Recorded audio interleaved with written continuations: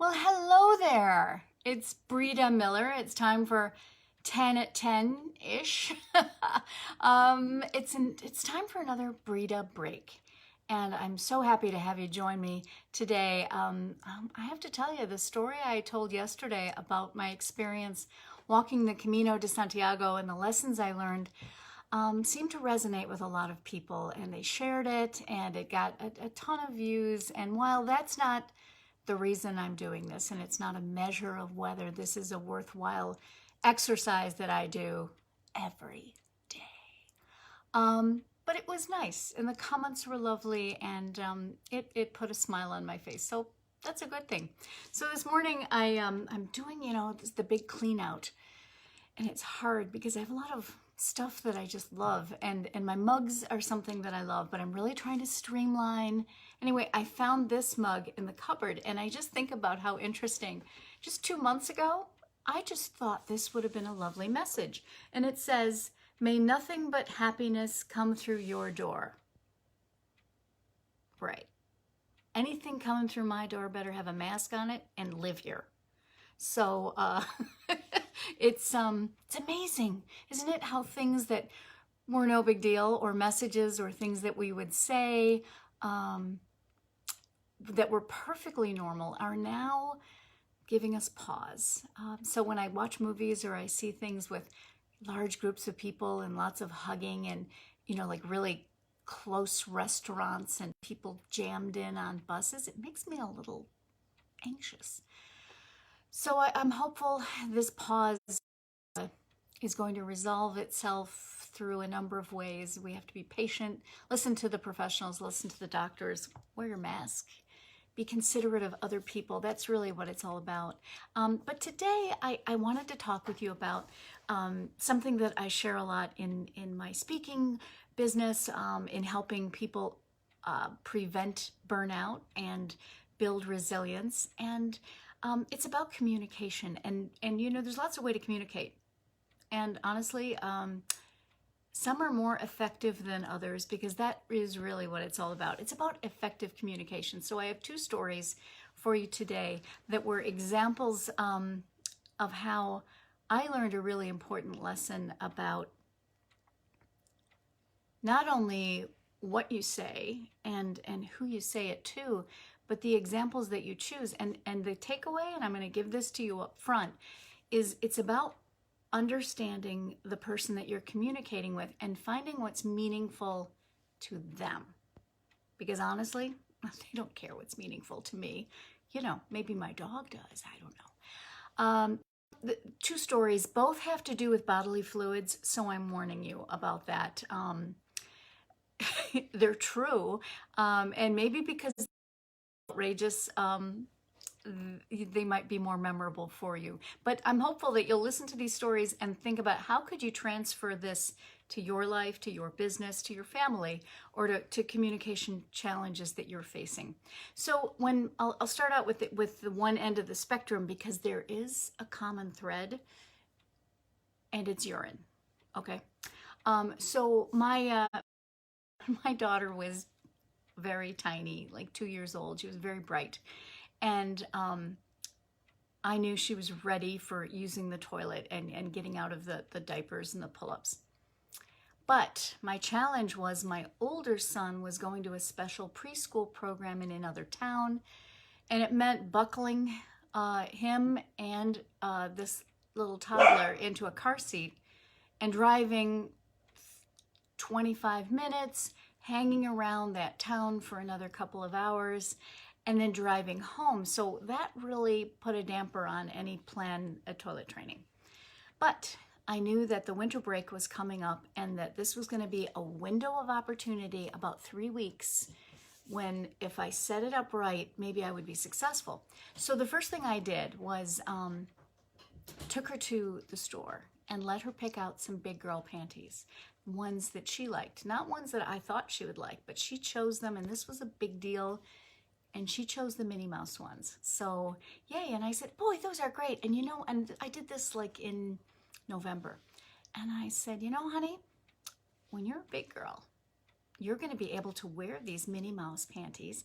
And it's going to be great that, but Minnie likes to stay dry. So I'll just put them up here on top of the dresser, and let me know when you're ready. Didn't talk about it again. It wasn't a big deal. It was like, that's for something down the road. So a few weeks went by, and the winter break came about, and I said to her, so what do you think? Do you want to try the Minnie Mouse panties? But Minnie, we don't want Minnie to get wet. So do you think you can do that? And she was, yes, she was so excited to get to wear the big girl panties. So we took off the diapers and the pull-ups and put on the big girl panties. And within a couple of days, it was a great success. And if there were, an accident, because there were, it was no big deal. We would just swap them out and say, oh, it's fine. But the point is, it was meaningful to her. Her goal was not to stop wearing diapers or pull-ups. Her goal was not to save me money using those, or to even have that hassle, or even to use the toilet, because for a lot of little kids that can be scary. Her goal was to wear these special big girl pants and to keep them dry. Okay, so that's on one end of the spectrum. Fast forward 15 years later, and I'm caring for my mom. And my mom was developing some dementia. She had a lot of different health issues going on. And one of the goals I had as her caregiver was to maintain her dignity. And I had no training. I didn't know what I didn't know. All I knew was I loved my mom. And I also realized that, when you're a parent of a toddler and you talk to other parents, the subject of potty training often comes up, and people will talk about it and say, so how's it going? Are you using pull-ups? Are you going with this? Or are you doing this? Are you using M&Ms? What's your technique? But when you are caring for an older, frail adult, a parent, a spouse, a loved one, nobody asks you, so how's it going? Are you using the Depends? Is that working out for you? Nobody talks about it. So you don't know what is normal, and you don't know how to even approach this subject and how to deal with it. And the last thing in the world I wanted to do was embarrass my mom or diminish her in any way. So the thing was, she was leaking and she didn't know it. And I would see her come out of her bedroom with her walker heading toward my sofa. In my head, I heard the music to Jaws. Dun dun dun dun dun dun dun dun dun dun dun dun dun dun dun dun. She's getting right up to the couch. And it put the heart across me. And fortunately, she didn't move that quickly, and I did. So I was able to swoop in and put a liner and some towels before she actually was able to sit down in the sofa. I really tried to divert her and move her to the leather chair that already had a pad and a towel on it, and say, oh, Mom, leather chair's right here. Wouldn't you like to sit here? And she would always say, oh, no, thank you. The couch here is so much more comfortable. Yeah. So anyway, I was frustrated. It wasn't a huge problem, but I was changing the bedding a lot. It was getting old. Well, one day, the physical therapist was here to visit my mom. She was recovering from a broken hip and surgery, and she was doing pretty well, but she was terrified of falling again. And she would do everything she could to not fall, because this was the single most important thing in her life.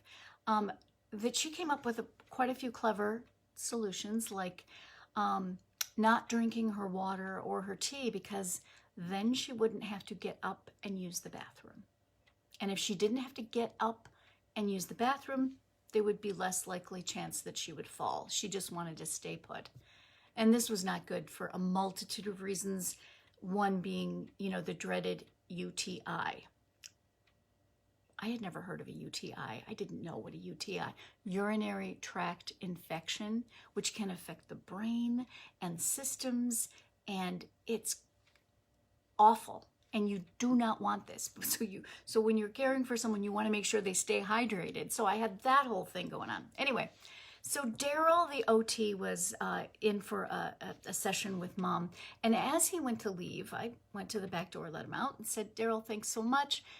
I said, you know, one of the things that I'm struggling with was my mom's developed some incontinence and she doesn't know it. And, you know, I do. And do you have any ideas? And he looked at me and he said, he knew my mom.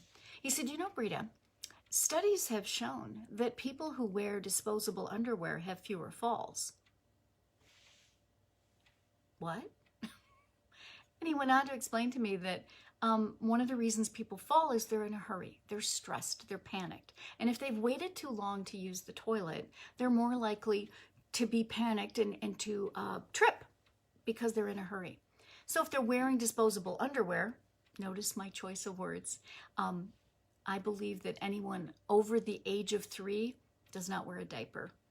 It's diminishing. It's not helpful. Disposable underwear was the mouthful that I used when I talked about it with my mom. The word diaper never crossed my lips. Anyway, so he said disposable underwear, people wear them and then they just, if there's a leak, who cares? I thought, yeah, that's a good idea. So he leaves, the door is barely closed, and I walk in to see Mom and say, Mom, I was just talking to Daryl, and he told me something fascinating. Did you know that studies have shown that people who wear disposable underwear have fewer falls? She looked at me and she said, is that right? Why is that? So I tell her the whole story, and it's coming from a credible source because she likes Daryl, she knows he's a professional, and studies have shown. Anyway, I tell her the whole story and she looks at me and she says, well, do you think we could get some of those? Could we get some? I was out the door like a shot. I don't even think I let the back door close. Went to the market, looked at the array of choices before me, selected a nice pink package of petite because I'm a woman, and brought them home. She fit them on. She thought they were comfortable. And I took her dresser drawer filled with underwear, dumped it out, and got rid of all of the regular ones and filled it with these packages of little rectangular packages. The point is this: what was meaningful to my mom was not falling. She didn't really know that I was stressed out about a spot on my couch, because you can only turn the cushion the one time, you know. She wasn't aware that I was changing the bedding all the time or that she was leaking. I didn't want to embarrass her. And it wasn't something that she could control. But now she was empowered. She asked me to get those. She chose to wear these. And the reason she was wearing them was so that she wouldn't have to worry and she wouldn't have to rush to use the toilet. And it was a decision that she made. We never had to have that conversation again. We didn't build it up to be something big. And she didn't feel diminished by making this switch. It was something that she could decide to do. So my point to you is, when you need to communicate to change someone's behavior and you're struggling and you're worried about whether they're going to buy in, whether they're going to like the idea, whether they're going to cooperate, try to think about it from their point of view. Try to think about what is meaningful to them. Lay out the options, tell them what it's about, and my sense is you're going to be successful. So whether or not your challenge has to do with bodily fluids, I hope not, but there are opportunities in business and in family, and especially when we're in such close quarters, that we want to find ways to maintain people's dignity, to be considerate and thoughtful, but at the same time, sometimes situations have to change. So that's my thought for you today. May the mask be with you always. I hope you can make it a great day on this Thursday. This is Breeda Miller with another Breeda Break, and I'll see you tomorrow. Take care.